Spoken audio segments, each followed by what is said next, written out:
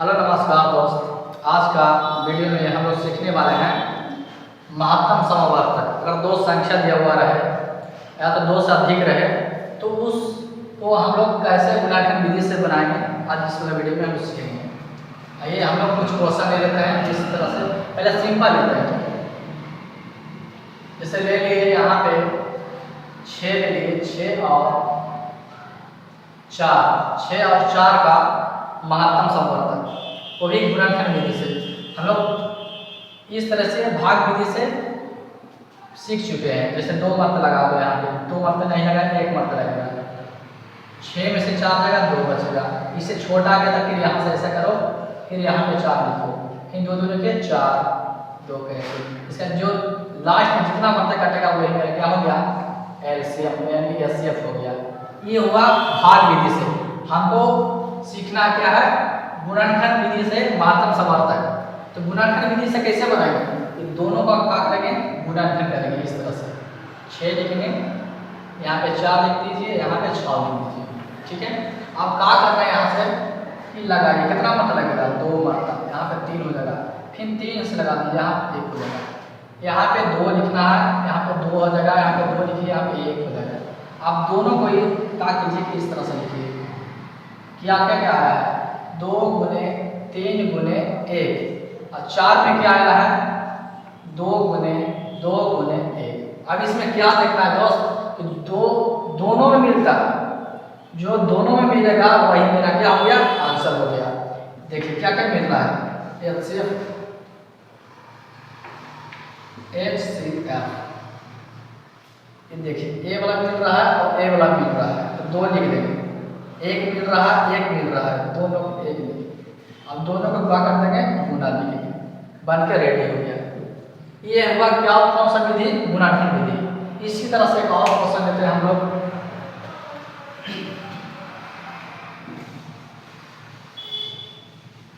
चलिए एक और क्वेश्चन ले लेते हैं।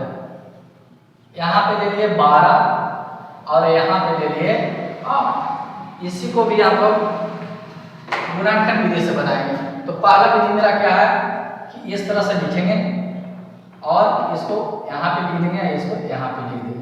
कितना मत लगेगा, यहाँ पे 2 लगा दीजिए, यहाँ पे 6 हो जाएगा, 2 लगा दीजिए तो 3 हो जाएगा, 3 लगाएगा तो यहाँ पे 1 हो जाएगा। यहाँ पे देखिए 2 से लगाएगा तो यहाँ पे 4 होगा, और 2 से लगाइए यहाँ पे 2 होगा, फिर 2 से लगाइए यहाँ पे 1 हो जाएगा। अब क्या करना है कि इस तरह से लिखना है और इस तरह से। अब 12 में क्या क्या आया है, 2 आया है, 2 आया है, 3 आया है, 1 आया है, लिख देंगे 2 गुने 3 गुने 1। और 8 में क्या क्या आया है, 2 गुने 2 गुने 2, 2 गुने 2 गुने 2 और 1 आया है।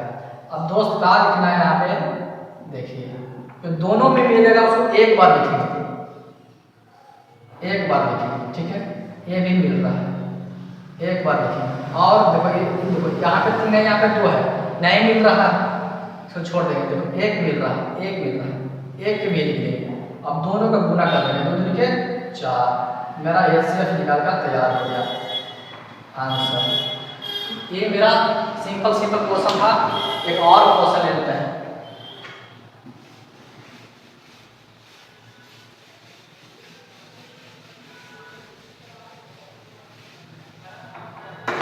जैसे यहाँ पे ले लिए, यहाँ पे ले लिए 36 ले लिए, और यहाँ पर ले लिए हमें, मान लीजिए कि यहाँ पे 26 ले लिए, यहाँ पे 36 ले लिए, यहाँ पे 26 ले लिए।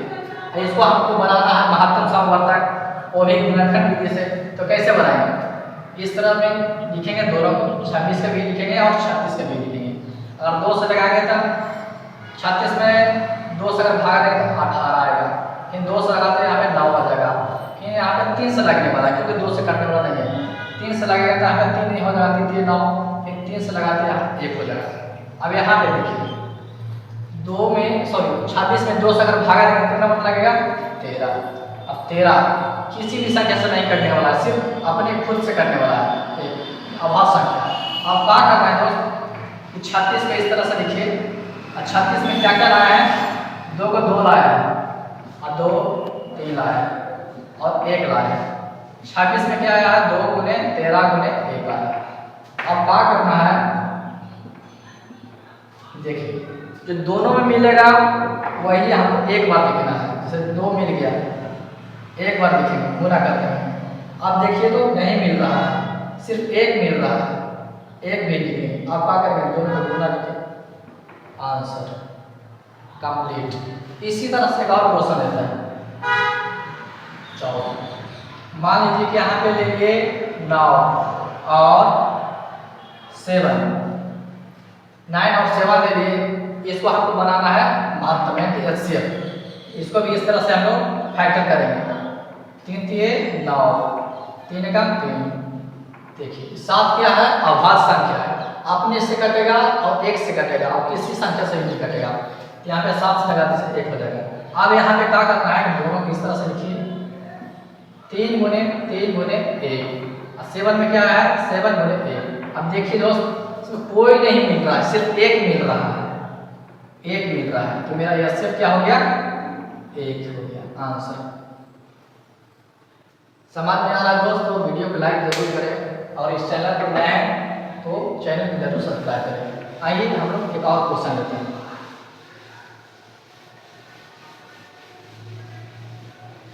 आशा करते हैं कि आप लोग सीख रहे होंगे।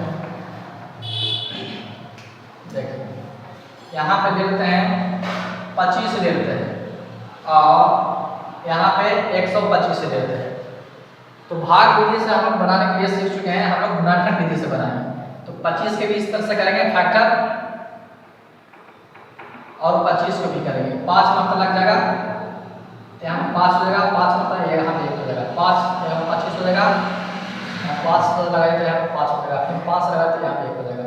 फिर 125 को इस तरह से लिखिए और 125 में क्या क्या फैक्टर आया, 5 गुने 5 गुने 5 यानी 3 बार आया है।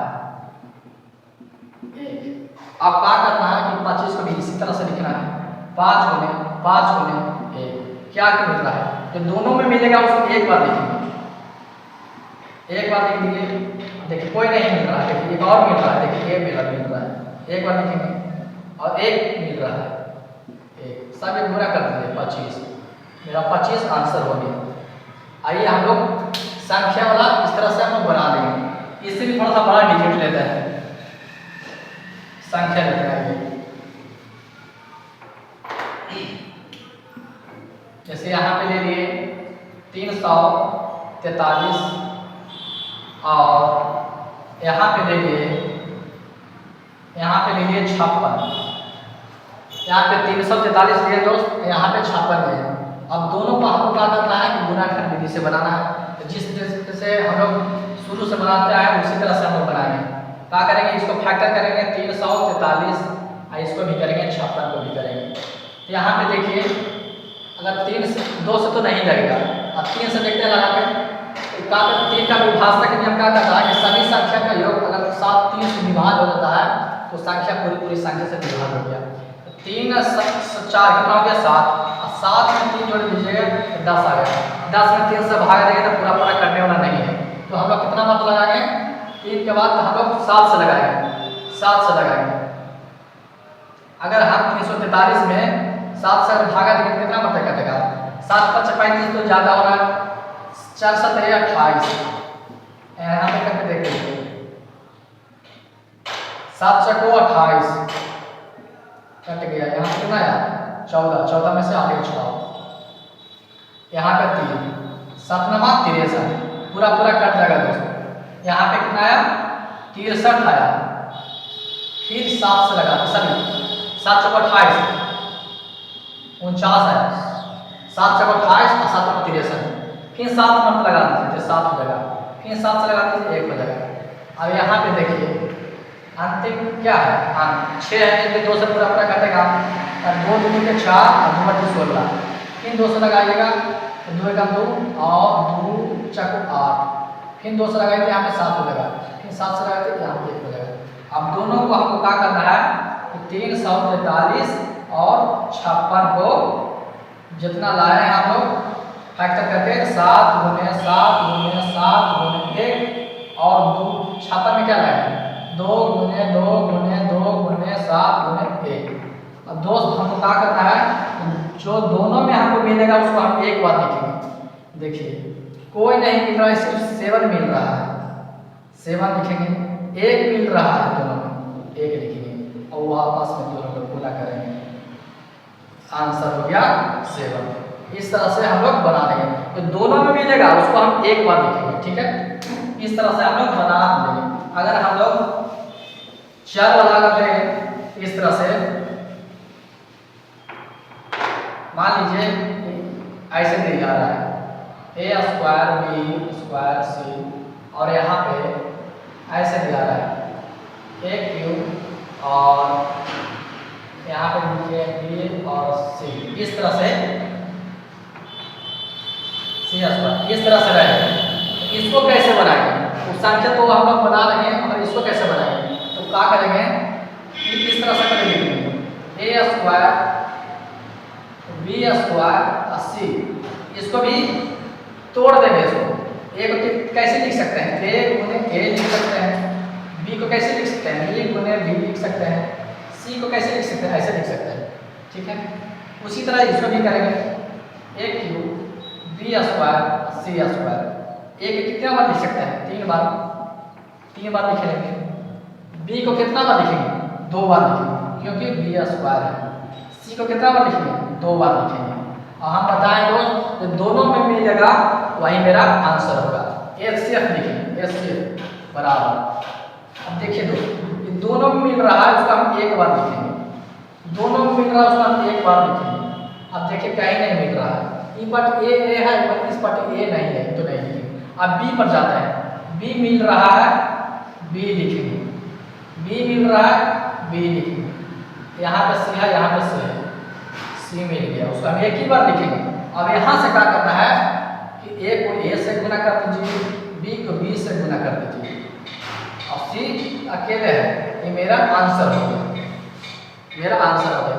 ये क्या हुआ, ये मेरा लॉन्ग मेथड हो गया। और शॉर्ट मेथड अगर बात करें तो इस तरह से बनाएंगे,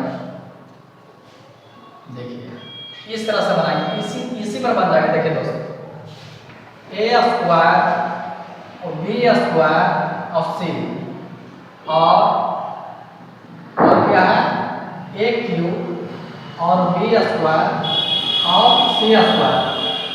तो यहाँ पे और घात वाला में देखना है दोस्त, HCF में घात वाला सबसे जो कम रहेगा वही मेरा क्या होगा, आंसर होगा। HCF ए पट्टी भी है, ए पट्टी भी है, जिसमें सबसे कम है ए वाला है, ए मेरा आंसर हो गया। और देखते हैं इस पट्टी बी स्क्वायर है, इस पट्टी बी स्क्वायर है, यानी दोनों पट्टी मिल रहा है, तो इसको भी हम लिख लेंगे। जो यहाँ पे बी है स्क्वायर, यहाँ पे बी स्क्वायर, यानी कि क्या हो रहा है, दोनों को मिल रहा है, इससे काम रहेगा नहीं है, तो लिख लेंगे ये पट्टी सी स्क्वायर है, ये पट्टी सी है, इससे काम कौन हो गया, तो सी हो जाएगा। ये मेरा शॉर्ट मेथड हुआ, ये मेरा शॉर्ट मेथड। देखो आंसर मिल रहा है धीरे धीरे इस तरह, ये मेरा शॉर्ट मेथड हुआ, ये मेरा लॉन्ग मेथड हुआ। इसी तरह से एक और क्वेश्चन लेते हैं।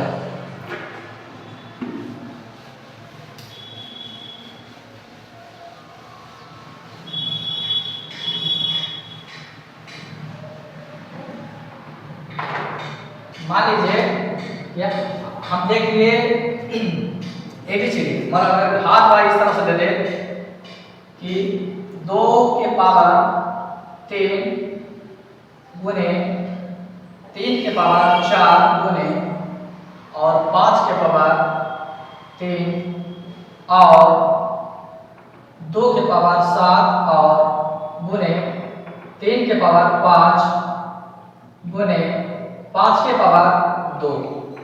अगर इस तरह से अगर महात्म को बनाने के लिए बोले, या तो परीक्षा में मिल जाए या तो कहीं क्वेश्चन में मिल जाए, तो कैसे बनाएंगे। तो यहाँ पे क्या करना है कि HCF अगर बना रहे हैं, HCF अगर बना रहे हैं दोस्त, तो पावर में देखना है जो सबसे कम रहेगा, पावर कम वाला लेंगे, पावर कम वाला लेंगे। क्या दोस्त, HCF निकाल रहे हैं तो पावर कम वाला लेंगे। मान लीजिए देखिए दोनों पार्टी 2 है, पर इसमें कम कौन वाला है, ए वाला है, ए मेरा इस तरह से लिखा है। यहाँ पे 3 के पावर 4 है, यहाँ पे 3 के पावर 5 है, पर कम कौन है, ए वाला लिखेंगे, 3 के पावर 4 गुने, यहाँ पे 5 के पावर 3 है, यहाँ पे 5 के पावर 2 है, काम वाला कौन है? ए वाला है, 5 के पावर 2 मेरा बन के तैयार हो गया दोस्त। इस तरह से हम लोग बनाएंगे। अगर एचसीएफ अगर घात वाला दे दे तो ठीक है। आइए हम एक और क्वेश्चन लेते हैं इसी टाइप का।